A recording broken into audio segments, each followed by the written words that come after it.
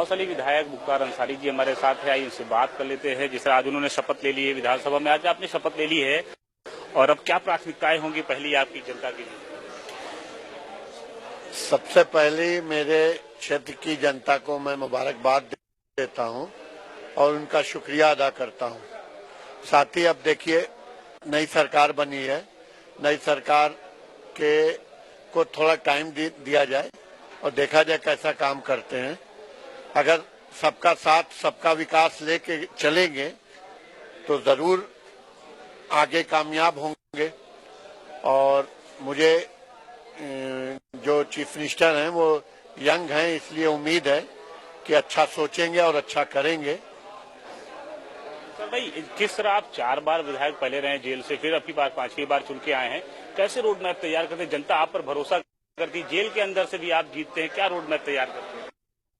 नहीं, हम कुछ नहीं करते हैं। हमारा चुनाव मुख्तार अंसारी बन करके वहाँ की आवाम लड़ती है और हम तो जानते हैं, आप पर्चा भी भरने नहीं दिया जाके क्षेत्र में, और जब अदालत ने मुझे 15 दिन की कस्टडी पैरोल दी तो पहली बार हिंदुस्तान के अंदर इतिहास में हुआ कि राज्य सरकार और चुनाव आयोग भी चला गया कि प्रचार करने की अनुमति न दी जाए।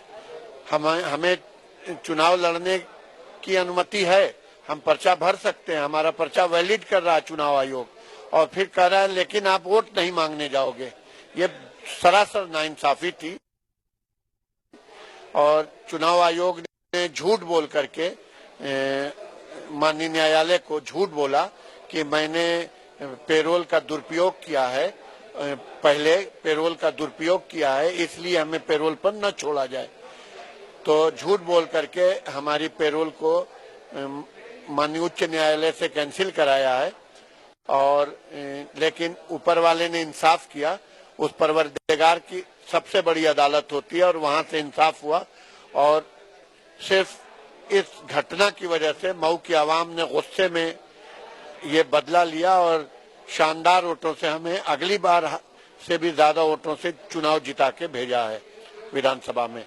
अब मैं यहाँ आया हूँ और जनता की जो भी समस्याएं हैं, खास तौर से मेरे बुनकर भाइयों की, उन समस्याओं को लड़ूंगा और कराने की कोशिश करूंगा। जिस तरह आप बराबर विधायक रहे हैं, रिकॉर्ड आपका रहा है, निर्दलीय विधायक रहे हैं, आपके चेहरे पे आपके चाहे भाई हो, चाहे चाचा हो, चाहे भतीजे, वो चुनाव जीतते रहे, आपके नाम पे ही वोट मिल रहा है। लेकिन अब एक ऐसी सरकार है, उसके बीच में कैसे आप जनता की काम कराएंगे? जो पूरे एक्शन मूड में है योगी सरकार, वो कार्रवाई भी कर रहे हैं, पिछली सरकार के रिकॉर्ड जो भी योजनाएं रही हो, इस बीच में आप कैसे कार्य को कराएंगे और किस नजर से सरकार को देखते हैं? हम क्या, सरकार खुद ही कह के चल रही है कि मैं सभी का साथ और सभी का विकास चाहता हूं, तो मुझे भी उम्मीद है कि ऐसा ही वो करेंगे। जब कोई पद पे बैठ जाता है तो वो सबका होता है और आदरणीय मुख्यमंत्री जी को भी सबका साथ और सबका विकास का जो नारा है वो जब ही सफल होगा जब सबका साथ देंगे और सबका विकास करेंगे। और खास तौर से अक़लियतों के साथ जो नाइंसाफी हुई है, अक़लियतों की भलाई के लिए, उनकी शिक्षा के लिए, बुनकर भाइयों की जो समस्याएं हैं उन समस्याओं को दूर करने के लिए, बुनकर भाइयों का जो माल तैयार होता है उन बने हुए माल को गवर्नमेंट खुद खरीदे और खरीद के जो राशन की दुकानें हैं वहां सप्लाई अगर करे तो इससे बुनकर भाइयों का माल घर पे डंप न रहे, वो बनाए और बेचने का भी उनका काम होता रहे, तो इससे हमारे बुनकर भाइयों को बहुत फायदा होगा। और सबसे बड़ी बात है, अगर माननीय मुख्यमंत्री जी से मैं ये अनुरोध करूंगा कि वो किसानों की तरह अगर बुनकर को भी बिजली मुहैया कराएं और उनका भी रेट फिक्स कर दें, या उनको जो गरीब बुनकर हैं उनके बिजली का वो माफ कर दें, तो ये एक बहुत सराहनीय कार्य होगा और इसके लिए मैं उनका स्वागत करूंगा। आखिरी सवाल हमारा है, जिस तरह खबर आ रही है प्रमुख सचिव गृह देवाशीष पांडा ने हाजिर किया है कि आपको आगरा जेल में शिफ्ट कर दिया जाए, किस नजर से इसको देखते हैं? देखिए, ये तो एक बदले की भावना से कार्रवाई की जाती है और सभी सरकारों ने हमें परेशान करने के मकसद से ट्रांसफर किया है।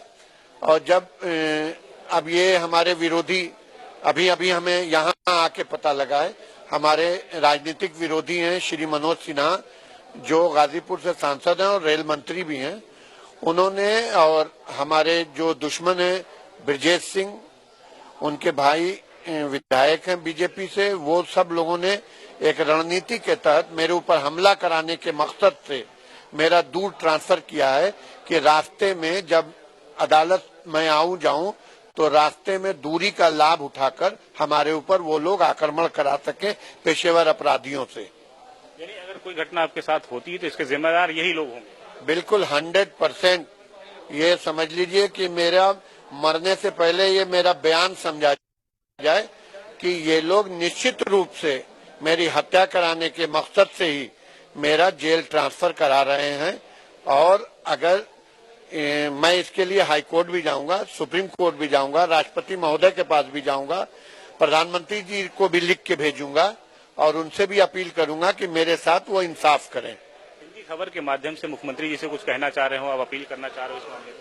कि मैं आपके माध्यम से आदरणीय मुख्यमंत्री जी से ये अनुरोध करूंगा कि माननीय मुख्यमंत्री जी, आप इस उत्तर प्रदेश के मालिक हो, आप मुझे जिस जेल में चाहो ट्रांसफर कर सकते हो, लेकिन आपका ये कर्तव्य बनता है, आप एक मुख्यमंत्री होने के नाते हर व्यक्ति के संरक्षक हैं, तो मेरी सुरक्षा का दायित्व तो आपके जिम्मे भी है।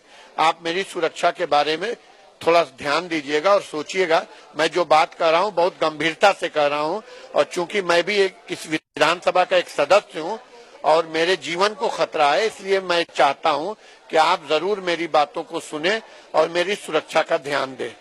हिंदी खबर से बात करने के लिए तो जनाब मुख्तार अंसारी जी थे, जिन्होंने कहा है कि सरकार अच्छा काम करे, सबका साथ सबका विकास है, लेकिन राजनीतिक लड़ाइयों के चलते मुझे मेरा ट्रांसफर आगरा में किया गया है, जिससे वो दूरियों का फायदा मेरे राजनीतिक जो नेता है, जो दुश्मन है, वो उठा सके। अगर कोई घटना होती है तो इसके जिम्मेदार जिन्होंने उनका नाम लिया वो हो सकते हैं। और मुख्यमंत्री योगी आदित्यनाथ जी से अपील की है कि हमारी सुरक्षा की जाए। उन्होंने उम्मीद जताई है मुख्यमंत्री से कि हम हमारी सुरक्षा में पूरा सहयोग करेंगे CM Yogi Adityanath. Camera person Rajiv Jaiswal के साथ वकील सिद्दीकी, हिंदी खबर, लखनऊ।